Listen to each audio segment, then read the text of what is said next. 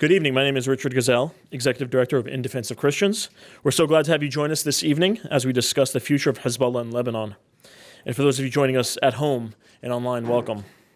This evening's discussion will examine the menacing history and ideology of the Iranian proxy terror organization Hezbollah and the group's paramilitary capabilities and geopolitical influence in the wake of its war with Israel and what we hope to be its decline and destruction. The discussion will provide key insights into Hezbollah's future trajectory. Over the last 4 decades, Iran has financed, trained, equipped, and provided strategic advantage to proxy terrorist militias across the Middle East. These proxy groups threaten the very existence of some of the world's oldest Christian communities in Iraq, Syria, and Lebanon. Since the early 1980s, Iran has been working to secure a foothold in Lebanon. Over the decades that followed, Lebanon has become increasingly hijacked by the heavily armed Iranian proxy Hezbollah. Hezbollah started as a garden-variety terrorist organization, but has morphed into a terrorist army and a quasi-state within a state, which now exerts a stranglehold on Lebanon, which it uses as a base from which it attacks Israel. Apart from Hezbollah, the Lebanese people wish to live in peace with their neighbors. However, Hezbollah has hijacked Lebanese sovereignty and holds Lebanon hostage in a perpetual state of war with Israel. On October 7, 2023, the world witnessed the malign intentions of the Islamic Republic of Iran manifest in real time in Hamas's gruesome and unprecedented attack on Israel. Following the Hamas attack, Hezbollah immediately began firing missiles and rockets into northern Israel from Lebanon, which expanded Israel's multi-front defensive war. In the year that followed, Israel decapitated Hezbollah at its very highest echelons, including the September 2024 execution of Hezbollah's Secretary General Hassan Nasrallah.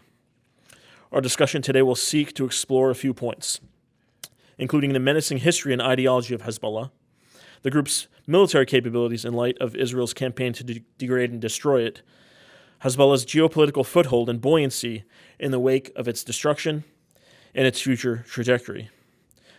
This evening, we have the treat of hearing from leading experts on all things Hezbollah and Iran. Following their remarks, we'll open the forum for questions and discussion. Our first speaker this evening is David Daoud, Senior Research Fellow at the Foundation for Defense of Democracies, where he focuses on Lebanon and Hezbollah. He previously worked as a non-resident fellow at the Atlantic Council, and his work has been cited or published in outlets including Foreign Policy, Newsweek, the New York Times, Washington Post, and the Wall Street Journal. So, David, welcome. Thank you. Good evening, everyone.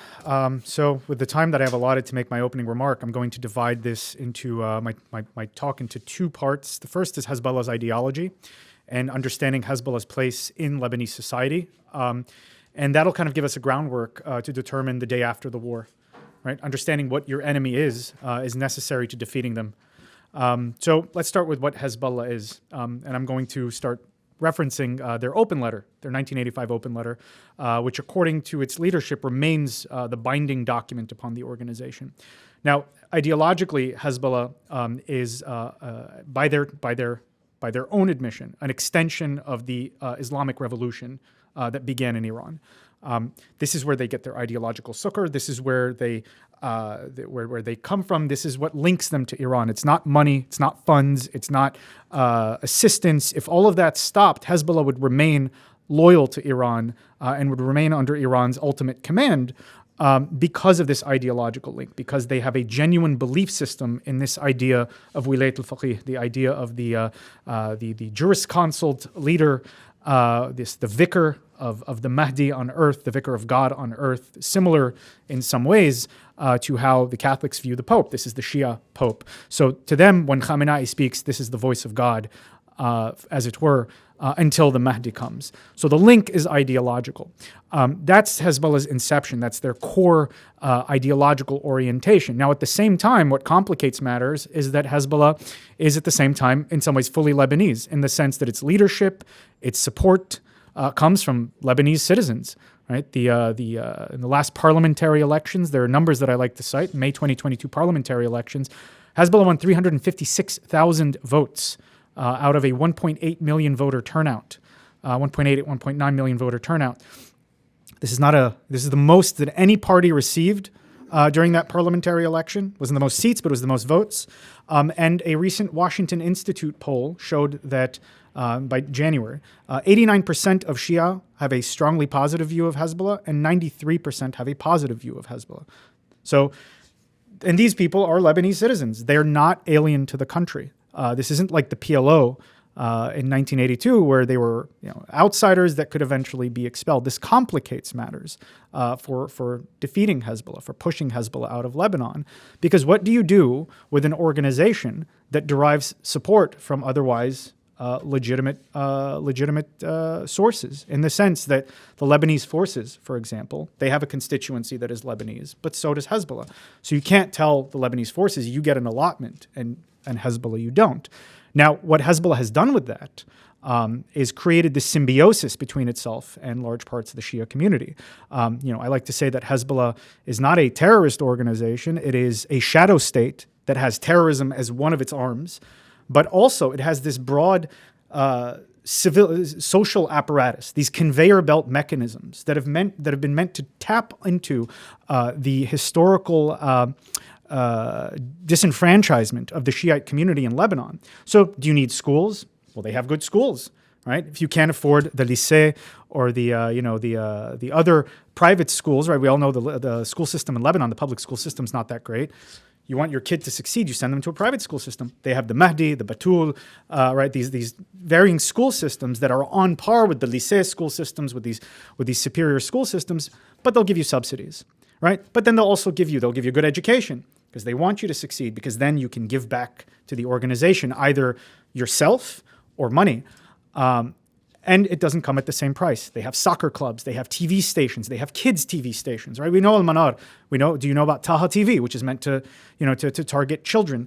Mahdi Scouts, right? Al-Ahad Soccer Club, and the youth version of Al-Ahad Soccer Club. So all of these things I call are the conveyor belt mechanisms. They get Lebanese Shiites at wherever they are, and they gradually, perhaps over generations, bring them into the ideological core of Hezbollah. Even if right now, right, if you go to Lebanon, you go to South Lebanon and Tyre, the average Lebanese Shiite is not necessarily wearing a chador. Right? They're dressed and they probably live lives that are indistinguishable from the average Westerner. Maybe they drink alcohol.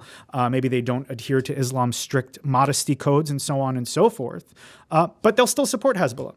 Maybe because Hezbollah got them a job. Maybe because Hezbollah empowers the Shia community to put them on par, as it purports, right, with the Maronites. And maybe, and this is where the kicker is, right, maybe they've bought into this notion that Israel is a rapacious, murderous entity that is just sitting there waiting at the drop of a hat to invade Lebanon, to kill Lebanese, to steal Lebanese resources. Right? The funniest thing I hear is that Lebanon wants to take the Litani River, which if anyone who's been to the Litani River, maybe Lebanon would be better off without it. But this idea that Israel wants Lebanese resources, and it's just purely greedy. And the only thing that stops Israel from attacking Lebanon is the presence of a strong and powerful resistance, right? And Hezbollah happens in its imagining, in this propaganda that it puts out, to be this strong resistance that is capable of deterring and defeating Israel. So through these different things, right, it attracts people that perhaps would not otherwise support it. Right? If you look at Hezbollah's support base, maybe the inner core are the types like Hassan Nasrallah, the types like Naim Qassem, right? The ideologically committed, religiously committed types. And as you go out, you probably have kind of a loosening of that until we get to the outer core that support Hezbollah for pragmatic reasons. But that doesn't mean that their support is any less committed. So what do you do with this organization, right? Israel now, as Rich mentioned, Hezbollah made a massive mistake, if you ask me. They misread the Israeli mood just as much as Hamas did on October 8th. They thought that they could enter and open this support front against Israel, and there would be little cost, maximum benefit, that the Israelis were so fractured internally that they couldn't muster up the unity necessary to fight a war against Gaza, let alone a two-front war against Hezbollah, which the expectations were that Hezbollah would have a nightmarish apocalyptic attack on Israel, right? The 4,000 rockets that were expected to fall on the north, the PGMs that were expected to hit Tel Aviv, right? The massive displacement, not just of the 60 to 80,000 Israelis that have fled from their homes in the north, but even further than that, under the destruction of that Hezbollah's missiles would bring upon all parts of Israel, because that's their reach. But the Israelis, their mood has been different, and their preparation seems like for the past 18 years, since 2006, the Israelis have been, and to their credit, obsessively focused on how to neutralize the worst elements of Hezbollah's operations. This started with the pager attacks, the walkie-talkie attacks, Hassan Nasrallah's assassination, wiping out the Radwan force commanders, and now there's this ratcheting up of ground incursions into Lebanon. This has put Hezbollah on its back footing. I wouldn't say that it's destroyed Hezbollah or decimated Hezbollah.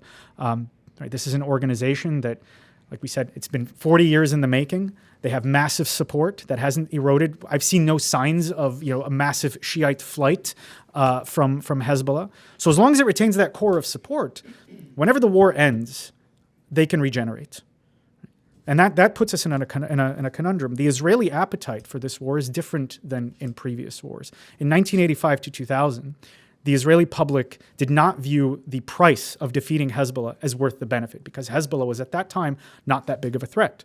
And you're talking about the sour taste of the 1982 war still present in the Israeli mood. All that combined held the IDF back. It gave Hezbollah an advantage, not militarily, but in the propaganda sense. So when the Israelis withdrew, under their own domestic pressure, Hezbollah could come claim victory. 2006, also, there was more of an appetite to fight Hezbollah, but not where, again, the perception was not that Hezbollah posed this existential threat to Israel. It was still that, this ragtag militia just kidnapped 2 soldiers and killed 8 of our soldiers and fired rockets into Israel. We're going to go get them. For the past 18 years, there's been a perception that's growing, rightly so, as Hezbollah's arsenal has mushroomed, as Hezbollah has gained fighting experience in Syria, that this is, if not an existential threat to Israel yet, it is a massive strategic threat to Israel. Coupled with Hezbollah entering the fight on October 8th, it's linked it in the Israeli psyche to October 7th, right? And Hezbollah, let's recall, they have their own plan to conduct on October 7th, right? The liberation of the Galilee, as they've called it. So all of this has given Israelis an unprecedented appetite to make the sacrifices necessary to defeat Hezbollah, whatever that means, right? Today, newly minted Israeli Defense Minister Israel Katz said that means disarming Hezbollah. I don't know if there's an appetite, though, to go that far on the Israeli side, because what would that entail? Would that entail an invasion of Beirut? Would that entail Israeli ground incursions into the Bekaa Valley? This complicates matters, right? We're not talking about a finite area like Gaza that is surrounded almost on all sides by the Israelis. We're talking about a massive territory, relative to the size of Israel's army, and a hinterland that Hezbollah has been building in Syria for the better part of 10 years now. So there is an element where Lebanese responsibility must come into play. And that complicates matters, because so far we've not seen the appetite from the Lebanese to do what's necessary to fight Hezbollah. I mean, I think symbolic of this is that Saad Hariri, whose own father was assassinated by Hezbollah, issued condolences and a condemnation of Hassan Nasrallah's assassination.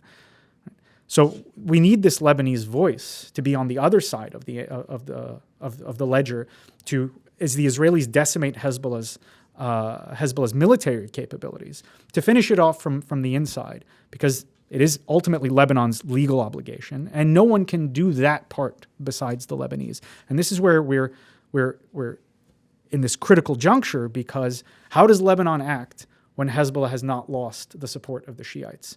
And I guess I'll leave it at that. That's kind of where we can move to questions later, but I'll turn it over to my colleagues at this point. Thank you very much. I can't beat what David said, but let me address a couple problems I see moving forward conceptually, and issues I don't think the United States is addressing enough. First and foremost, the problem isn't just Hezbollah.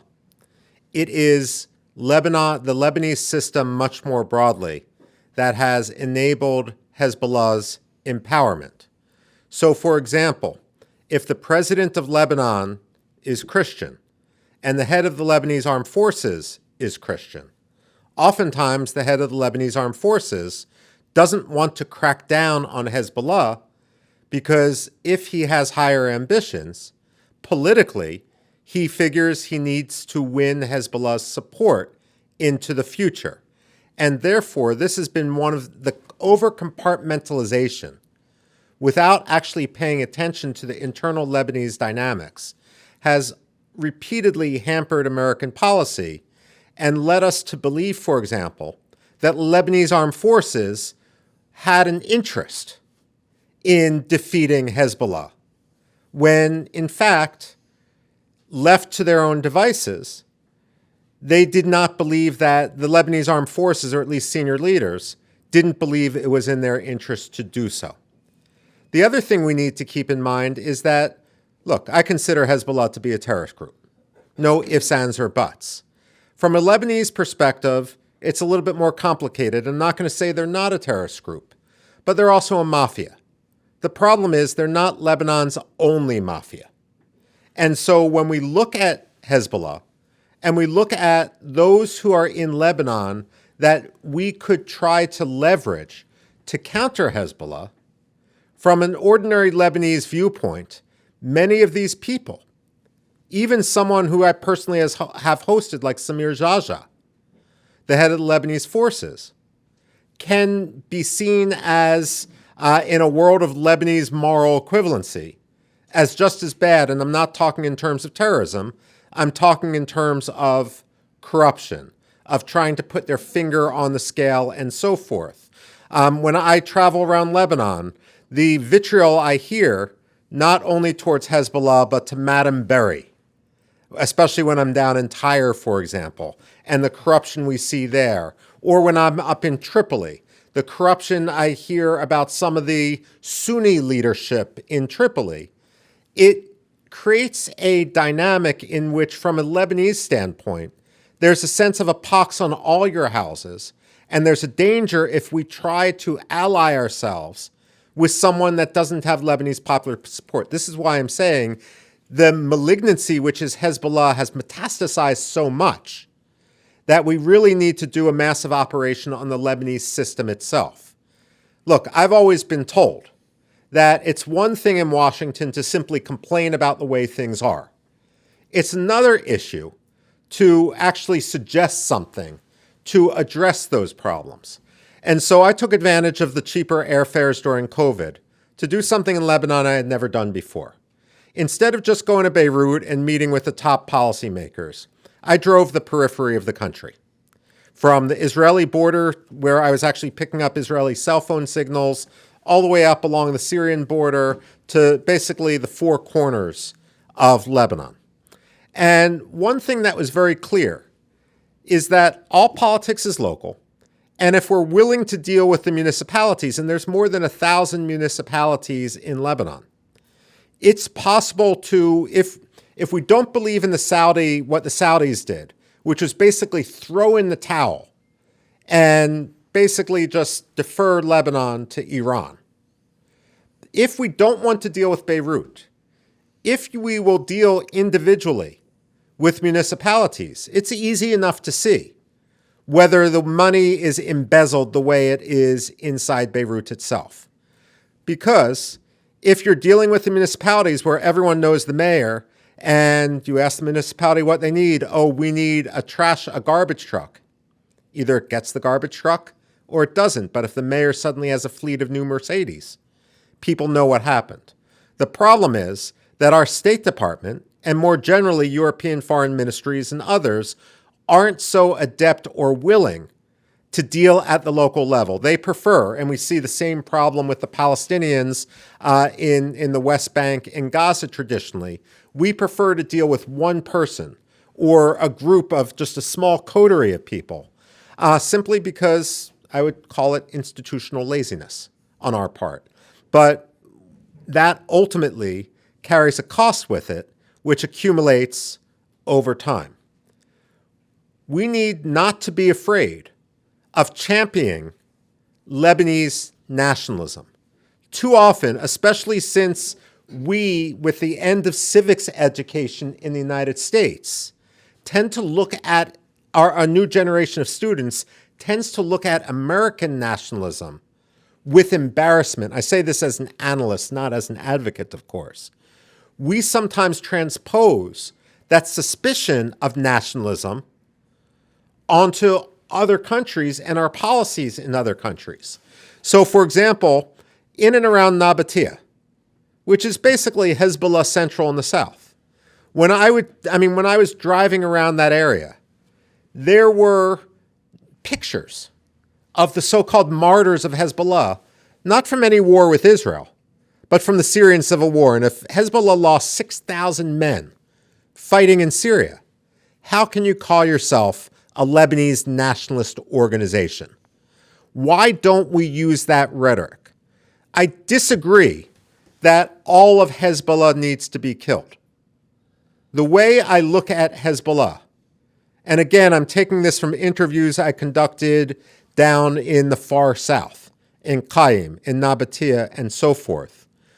Many people were complaining, and this is during the age of maximum pressure, that we are disgusted with Hezbollah now. They've changed the salary payments from dollars to pounds, and the Lebanese pound is worthless. We'd rather be paid in toilet paper.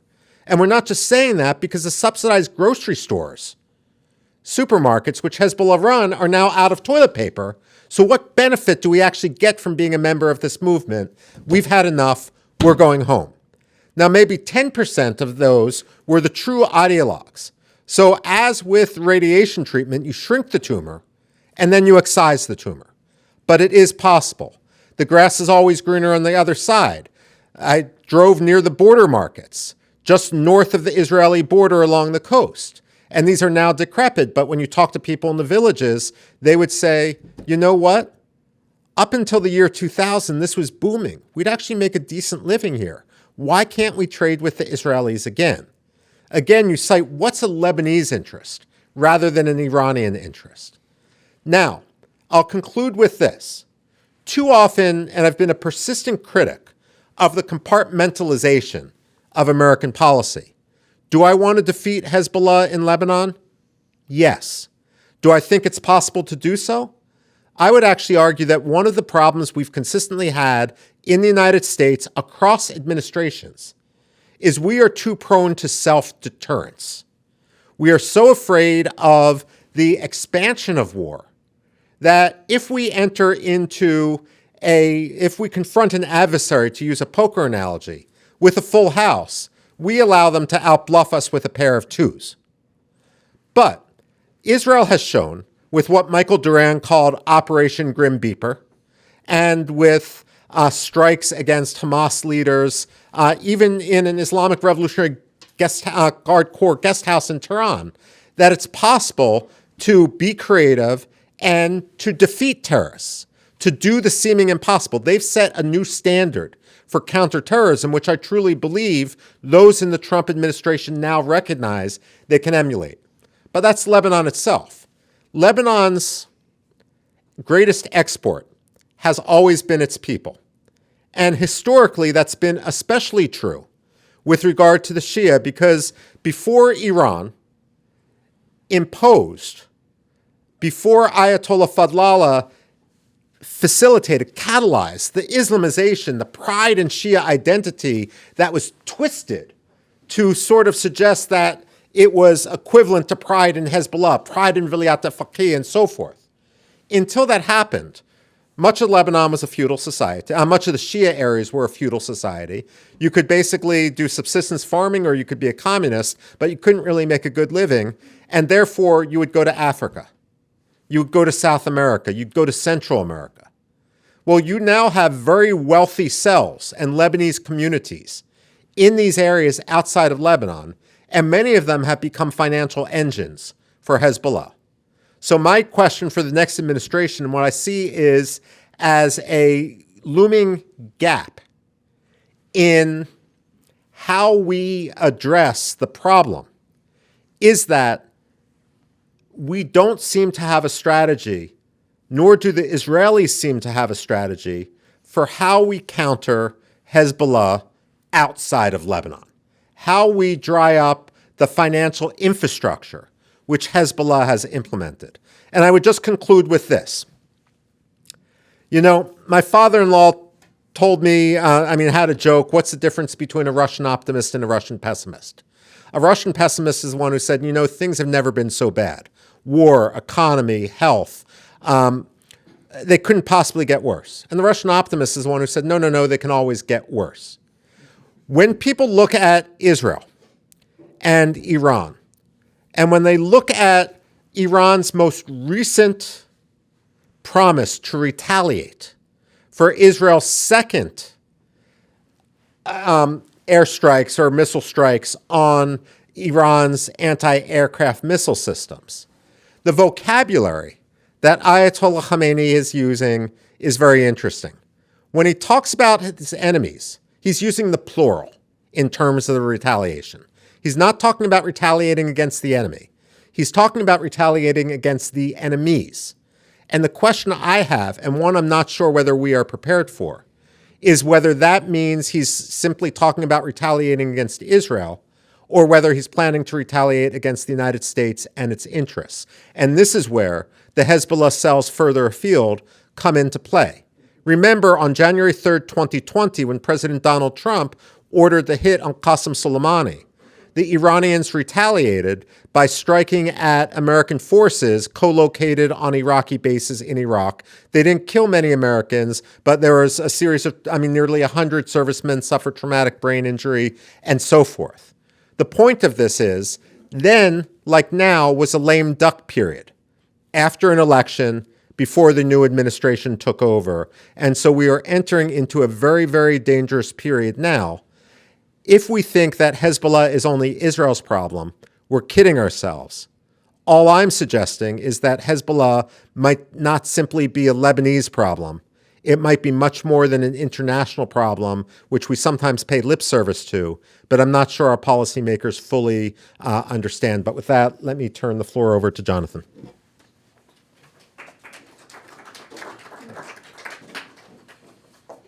Okay, well, those are two tough acts to follow. I want to talk a little bit tonight about the trajectory of the war. I think it's going to be important to understand how we got to where we are in order to understand where I think we are going to go next. So let me start by just talking about the estimates that we used to hear from the Israelis about Hezbollah. This is over the last 10 years. When you go to Israel and you talk to the security establishment, what we heard was that Hezbollah was an army that was equal in strength to that of a mid-sized European military, that they had enough firepower to rival that of perhaps a country like the Czech Republic, that they had 200,000 missiles and drones and rockets that they'd be able to fire into Israel, that they had aerial drones, which of course we've seen a lot of, underwater drones, precision-guided munitions that could be fired and blended with the other statistical rockets that would make it that much harder for the Israelis to pick out midair. And that would have lethal precision, the ability to hit, for example, the Dimona nuclear reactor, or the chemical plant in Haifa, or the Kiryat, Israel's Pentagon in Tel Aviv, that it had all of these capabilities, and that if and when the time came, when war would finally erupt, Israel would be in grave danger, that we would see thousands of Israeli dead.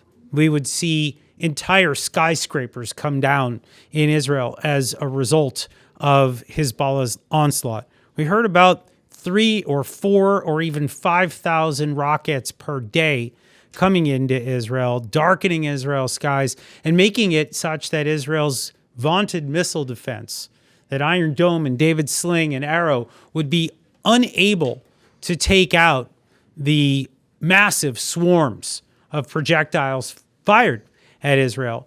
And this was the context that we all had entering into what we now call the October 7th wars. Now, as we all know, it started with Hamas. It was a surprise attack. But what was very interesting was that obviously Hezbollah began firing in solidarity, firing rockets and missiles at Israel. And the Israelis took that to mean that this was immediately a multi-front war, that they believed that it was a mistake somehow that Hezbollah did not invade on the same day as Hamas, that perhaps Hezbollah got cold feet, or that it was somehow deterred at the last minute, or it just had lost its nerve. But there was no question in the Israeli minds that the rockets that were now coming in, the anti-tank missiles that were being fired from along the border areas, that this was a clear sign that Hezbollah had joined the war and that it was not going to go anywhere anytime soon. So Joe Biden arrives in Israel, first time an American president visits Israel in wartime, and he consults with Benjamin Netanyahu and his war cabinet. And the Bibi war cabinet presents him and his military advisors with a plan for how they're going to respond to the October 7th attack. And the proposed response was actually a war in Lebanon. They did not plan on going south. They did not plan on going into Gaza. They had realized that immediately that the real threat was coming from Hezbollah. This was the strategic threat as opposed to the tactical threat that Hamas had posed. And their plan was to invade southern Lebanon and then to move up further. This, by the way, is not well known here in the United States, but I've heard this from several people who were in the room when Biden came to visit. Now, Biden eventually, he convinced the Israelis to stand down. He convinced them that the war that they needed to fight was in the south. This was, after all, it was Hamas that had killed the 1,200 people in Israel. It was Hamas that had kidnapped 254. It was Hamas that had perpetrated these crimes against humanity, these war crimes against Israel. And so the Israelis took yes for an answer from the Biden administration. But the rockets never stopped. We saw something like 7,000 to 10,000 rockets fired at Israel in the first 10 months of the war. That in and of itself would have been enough under any other circumstance for the Israelis to completely unleash on Hezbollah. The problem for Israel is that it had depleted a lot of its munitions. It just didn't have the ability to turn north when the time had come. Once they finally were able to get Hamas in a position where it looked like it was on the edge of defeat, they didn't have quite enough of those 2,000-pound bombs. They didn't have quite enough of those tank rounds. Whatever it was that they were missing, they began to feel like they couldn't turn north in the way that they had hoped. But then something interesting happened. That's when someone within the Hezbollah hierarchy, or perhaps even someone within the supply chain or the software chain of the beeper makers that Israel had surreptitiously sold Hezbollah some 10 years ago, as soon as it became clear to the Israelis that they might lose that capability, and it's unclear exactly what was compromised. Was it going to be a software update that would have neutralized the code that Israel had the ability to activate to destroy those beepers, the small amount of explosives that they had placed in those beepers 10 years prior? Was it that? Or was it that a Hezbollah operative was tinkering with his beeper and looking at the insides of it with a Phillips head screwdriver? I don't know. Maybe David does. I've not heard a good story yet about exactly what happened. But that was when the Israelis realized that it was use it or lose it. This was a 0 days capability. And so they let loose with the beeper operation. And then, of course, you began to see Hezbollah looking frantically to find out what other tech might have been compromised by the Mossad. And so that led to the detonation of walkie-talkies. And then once that happened, an interesting thing occurred. There were those within the Israeli military establishment who realized that this was not done on purpose, that this was done literally by accident, that they had not planned to deploy the beeper operation, the walkie-talkie operation in the manner and the timing that they did, and that the Israelis now had the Hezbollah command and control in total chaos, with some of their top fighters and commanders injured, blinded, castrated. They began to realize that this was the moment to attack. And so, literally by accident, we began to see the escalation of this Israeli operation. And that led to the killing of Hashem Safieddin and the killing of Hassan Nasrallah and all of the intelligence that the Israelis had been accumulating since 2006, which they knew was accurate, but they were afraid to use for fear of angering the United States, for fear of triggering a cutoff in assistance, military assistance. The Israelis had held back. Right now, what we are watching is a war that the Israelis wanted to carry out back at the beginning of this war in October. They were dissuaded from waging that war and then literally began to wage it by accident as the result of the discovery of a 0 days capability. What they have done by accident is they have eviscerated Hezbollah in the southern part of the country, south of the Litani, which was their initial first goal. They have removed almost all of the weapons storage facilities. They have taken out almost all of the anti-tank guided missiles that had been destroying a lot of Israeli homes along that northern border. They have destroyed all of the underground infrastructure, the tunnels and the bunkers and the command centers. They have done everything that they have set out to do except for one thing. They have not destroyed Hezbollah. I don't believe right now that there is an appetite to go all the way. My understanding right now is that the thinking in Israel is that this war has to stop at some point. And that some point is probably going to be soon because there is bipartisan consensus right now, which, as we know in this town, is rare. And that consensus is that this war needs to end. That you have the Biden administration pushing for it. Members of Congress on the Democratic side are pushing for it. And then, of course, you've got the Trump administration announcing that this war cannot continue, that it needs to end before January 20th. So with all of that in mind, there is an effort underway. Now, the question is, under what circumstances will Israel stop? Because Israel is getting the better of Hezbollah in every exchange. They continue to destroy the long-range capabilities of Hezbollah, the short-range capabilities. They've taken out a good number of Radwan forces. They have done immeasurable damage to Hezbollah. More than 80% of their longer-range weapons and more precise weapons are destroyed. Radwan cannot invade Israel any longer. There's just so much right now that Hezbollah had planned that they now know they are unable to accomplish. And I think the thinking in Tehran, which is where it matters, is that if they want to have Hezbollah live to fight another day, then the time is now for a declaration of a ceasefire. So now the question is, under what circumstances? The Israelis are saying that they need absolute guarantees that they can go back into Lebanon at any given time if they see Hezbollah begin to rearm. So it's 1701 on steroids is the way that this has been described to me, but there's no more UNIFIL. There's no more pretending that the LAF is willing to enforce. There's no pretending that the UN is willing to enforce. This is going to be a very different ceasefire under very different rules. Now, the question is, does it happen now or does it happen after January 20th? If it happens now, I think we could potentially see the end of the broader war, the end of a Hamas war, and perhaps the end of hostilities between Israel and Iran, at least for a time. That would be, I think, what President Biden's preference would be. And I think it's probably what Donald Trump would prefer as well, because he'd rather not deal with this. The problem is if it extends beyond this period, because this is a time where Iran could potentially make a dash for a bomb. Iran could decide that it wants to let loose with another 200 or 400 ballistic missiles, which would then lead to yet another strike by Israel inside Iran, which would, of course, then unleash additional strikes by Hezbollah. In other words, that is the surefire way of seeing a larger war continue. We are at a crossroads right now. Hezbollah will right now consult with its paymasters in Iran. It will be making decisions that probably decide the fate of the Middle East.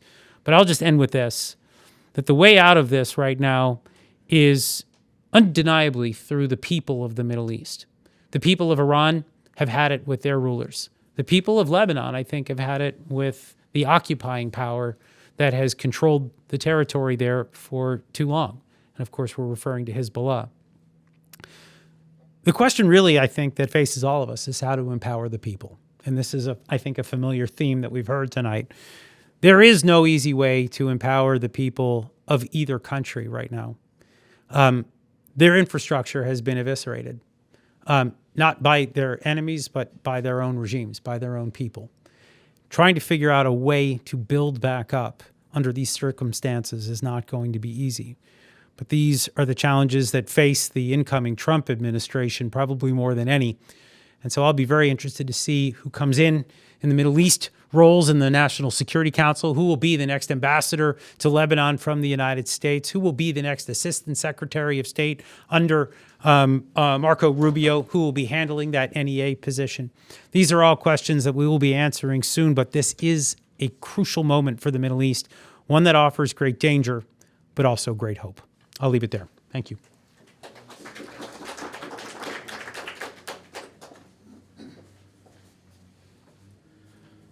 Thank you all very much for those very interesting remarks. I had hoped to introduce each of our guests in turn. Unfortunately, I didn't get that opportunity. I did introduce David, so thank you, David. The second speaker we had this evening was Michael Rubin from the American Enterprise Institute and from the Middle East Forum. And then our final speaker this evening was Jonathan Schanzer from the Foundation for Defense of Democracies. So thank you all. I'd like to take this opportunity to open up for questions. If anybody has a question they'd like to ask, they can please feel free to approach the microphone.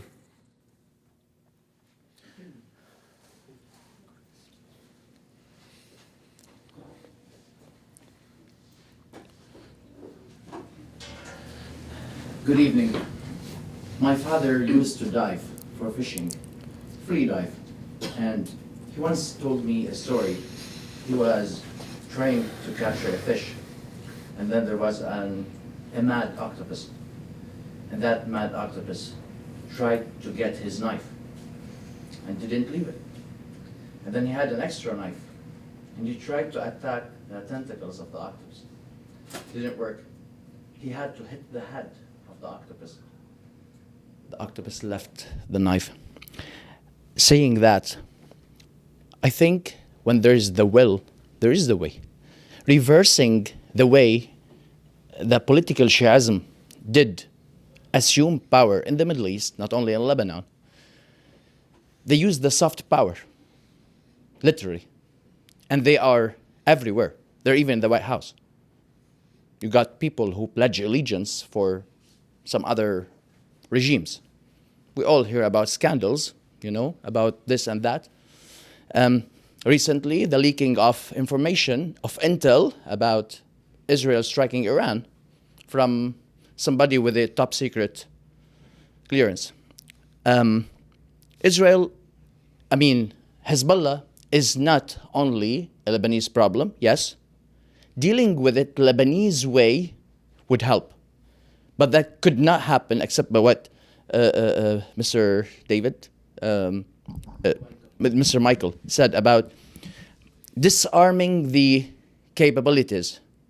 That chain, that network of merchants who do everything it takes to maintain a safe haven for money laundering in Lebanon and in Iraq. Those who smuggle uranium from Sudan and smuggle gold to Iran. There's a lot. When there is a will to do the three stuff that Bibi said in the US Congress, disarmament, demilitarization, and de-radicalization, guess what? No one is alone in that fight. Today, the IDF is doing the job on behalf not only of Israel, but on behalf of the free world. And to hear that from somebody from Lebanese origins, I think that's rare. But here's the thing. The Lebanese people know that if it's not now, then never. So this fight needs to end by one way. Peace.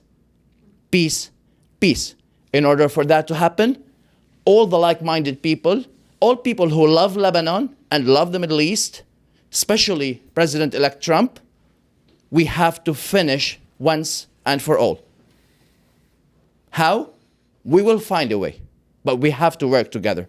And I don't find any other option than working together to make that happen. Thank you.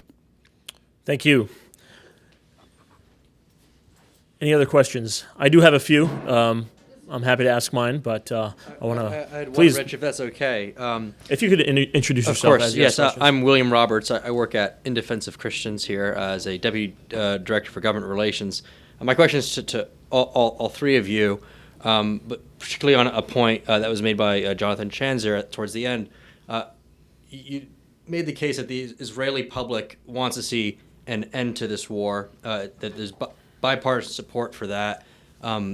how do you account for, or how would you recommend the U.S. government get around the clear obstacle in that, which is, I think, is kind of captured by the Prime Minister's firing of the defense minister recently for his position and his assertion that we will continue this war. How should the U.S. Navigate there, or how would you account for this disconnect between the Israeli public and the Israeli government? Well, I would say this, that ending the war in Lebanon is an easier lift for this prime minister than ending the war in Gaza. And this is all driven by Israeli political considerations. With Lebanon, there's no interest in being there. The Israelis don't want to remain. They still can feel the fresh scars from the years that they spent in southern Lebanon and what they called their southern security zone. And of course, the departure, the withdrawal, the precipitous withdrawal from southern Lebanon that left the vacuum that allowed for what we're watching right now. But what the Israelis want to do is just to maintain the ability to go back in, much actually the way they do in the West Bank. You'll see they don't have a regular presence in what they call Area A in the West Bank, but they will go in anytime they need to if a threat is perceived. With Gaza, it's a very different story. I think that the trauma of 10/7 is not something that the Israelis are soon going to get over. I don't think they trust the idea that anyone can govern Gaza, that self-rule in Gaza is effectively just a fanciful notion. And that's where I think the debate was between Gallant and Netanyahu. It was about Gaza. You have to remember that in Israel, the public would like to see Israel leave because they think that is what is necessary in order to achieve the release of the hostages. And by the way, I don't agree that that's something that would happen. I don't think there is cause and effect there. I'm not sure that there's anyone that can secure the release of the hostages at this point after the killing of Yahya Sinwar, who may have been the only one who knew where they were. All of them. There will be, of course, some that can be still saved, but not in a group deal the way that I think they had initially envisioned. And so my sense right now is that the Israeli government is angling quite aggressively for an end of the war in Lebanon, while maintaining forces in Gaza. And the big question in my mind right now is whether Hezbollah is willing to accept that. Hezbollah has said from the beginning that they will end their war when Israel ends its war. We say Mazel Tov in my culture when somebody breaks glass. And now you're married. And now you're married. Yeah. I don't know if you guys knew each other before this, but yeah. But at any rate, I think we may see a separation of those two fronts. At least the Israelis seem to want that, which I think probably portends well for an end of conflict in Lebanon. What it means for Gaza, I still don't know. Let me just do, I agree with Jonathan. Let me just do a two-finger and add one other aspect to it. A lot of politics are local, and when it came to the firing of the defense minister, a lot of it did not have to do with Lebanon or with Gaza per se, but with regard to Benjamin Netanyahu for political purposes, wanting to extend the benefits to the Hasidic community who weren't doing national service beyond what the law at the time allowed. And Gallant had opposed that, and for political reasons, that was too much for Bibi Netanyahu. So there was a domestic political angle going on there at the time. The only thing which I think has changed with the coming of the Trump administration, a dynamic that has changed, is it still astounds me that for almost 25 years, there's been remarkable consensus across the Israeli political spectrum about security policy. I had done my postdoc in Jerusalem from 2001 to 2002, which was the height of the suicide bombing campaign. When it comes to, and that was ended with the construction of the wall or the fence. And what a lot of people forget in the United States is that wasn't a creation of Benjamin Netanyahu. That was proposed by Yitzhak Rabin, the Nobel Peace Prize winner. The point is that those politicians in Israel regardless of who is defense minister, largely agree with the security strategies which need to be put in place to secure Israel and to defeat terrorism.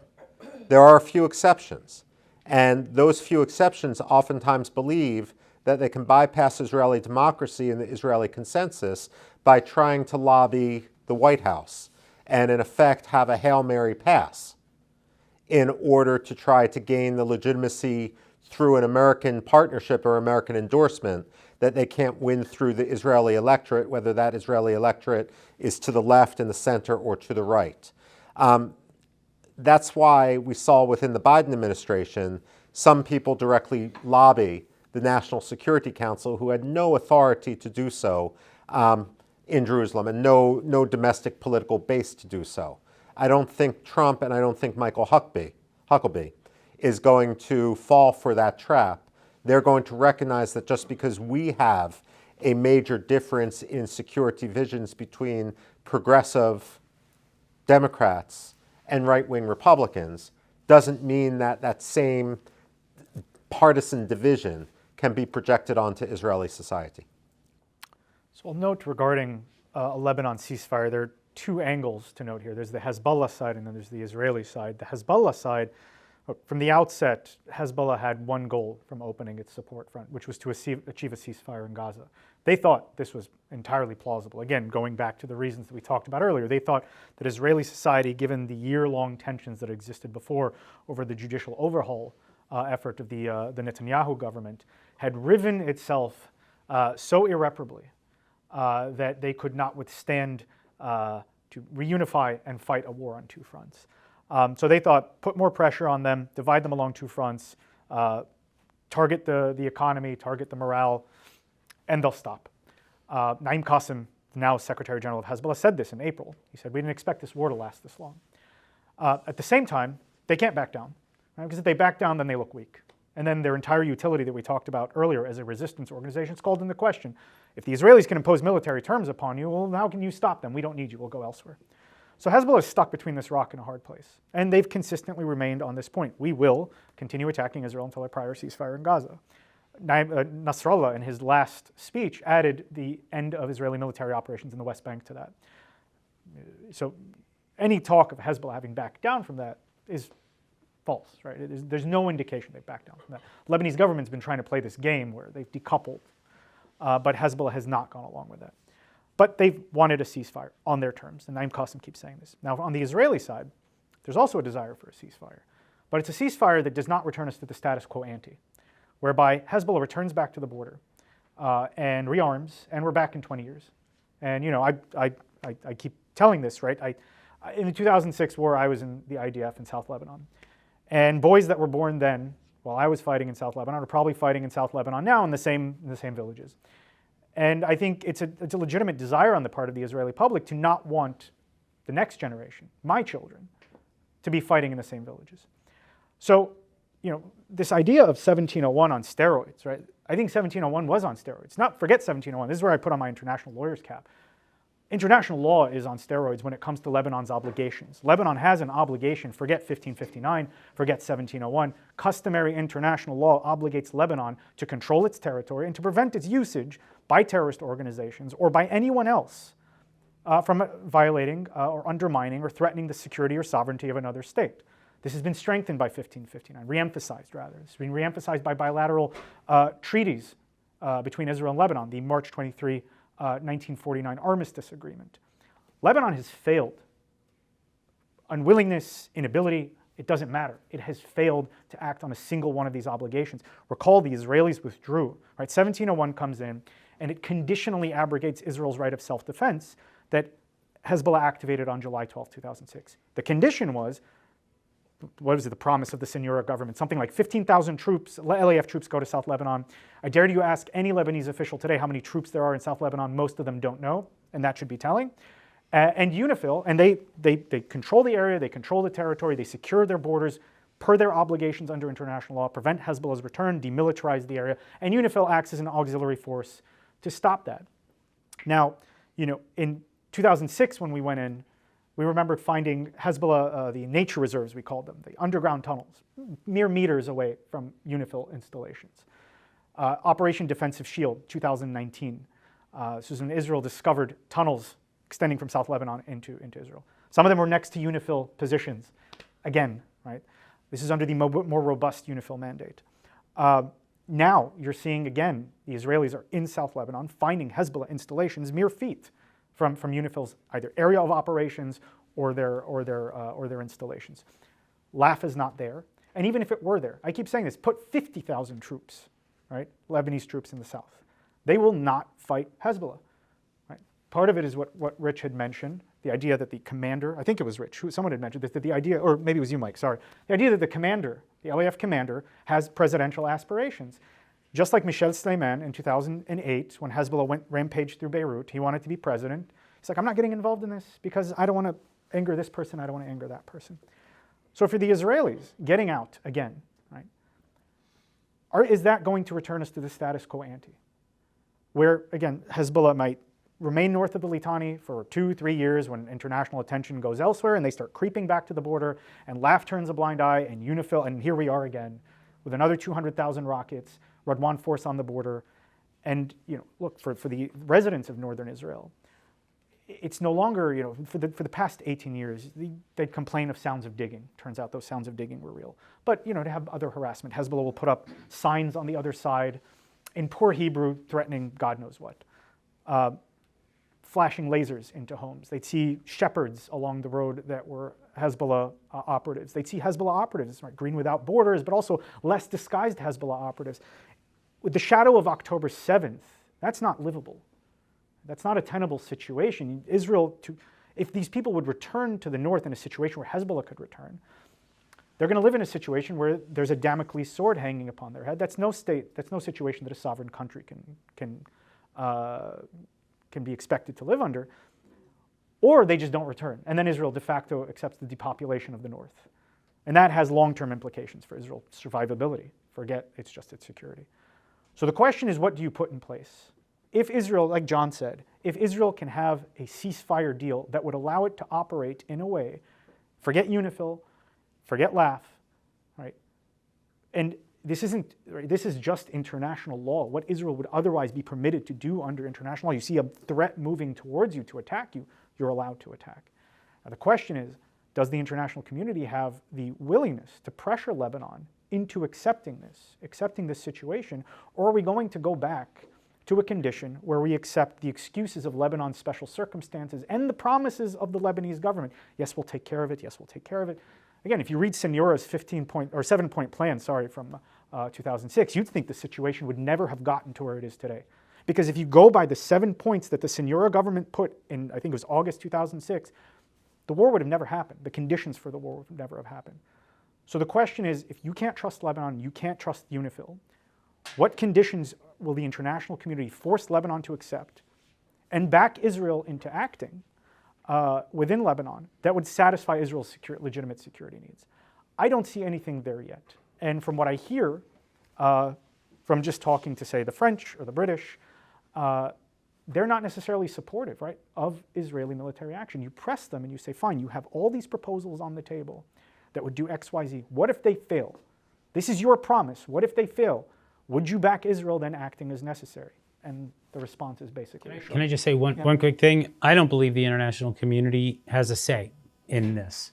From what I understand, this is going to be brokered between Israel and the United States, and Lebanon is going to just nod in quiet agreement, the government such as it is. In other words, there's going to be an understanding that this is what is going to... And Israel isn't even really asking for permission. It's asking for acknowledgement that this is what is going to happen. So, in other words, what we're likely to see after this is just simply an area that is now clear of all of the military infrastructure. By the way, all the shrubbery also cleared away so that Hezbollah can't hide behind trees and under, the sort of the cover of vegetation. And the Israelis are going to act anytime they see a threat. That's the understanding right now between Washington and Jerusalem. And officials from Lebanon are looped in. They're not signing anything. They're not acknowledging it. but they understand that that's their new reality. That's what I understand is now on the table. And that is, I think, it's an acknowledgement of what you just said, which is that there is no actor, whether it's UNIFIL, LAF, the Lebanese government, no one can do this. And so it's got to be up to the Israelis to enforce it. It's not going to go over well in Lebanon. It's not going to go over well in the Arab world, but I'm pretty sure it's going to happen. Thank you all. Unfortunately, we've run up on time, which is unfortunate because this really interesting conversation could go on for hours, even more. So thank you, gentlemen, for being a part of this. Thank you all for coming out this evening. If you'd like to learn more about In Defense of Christians, I'd invite you all to check us out online at indefenseofchristians.org on social media. You'll find the most of our content, however, on YouTube. Fascinating programs just like this. So thank you all. Have a great evening. Please stick around. We have more food, and I'm sure gentlemen will be around if you'd like to chat. Thank you.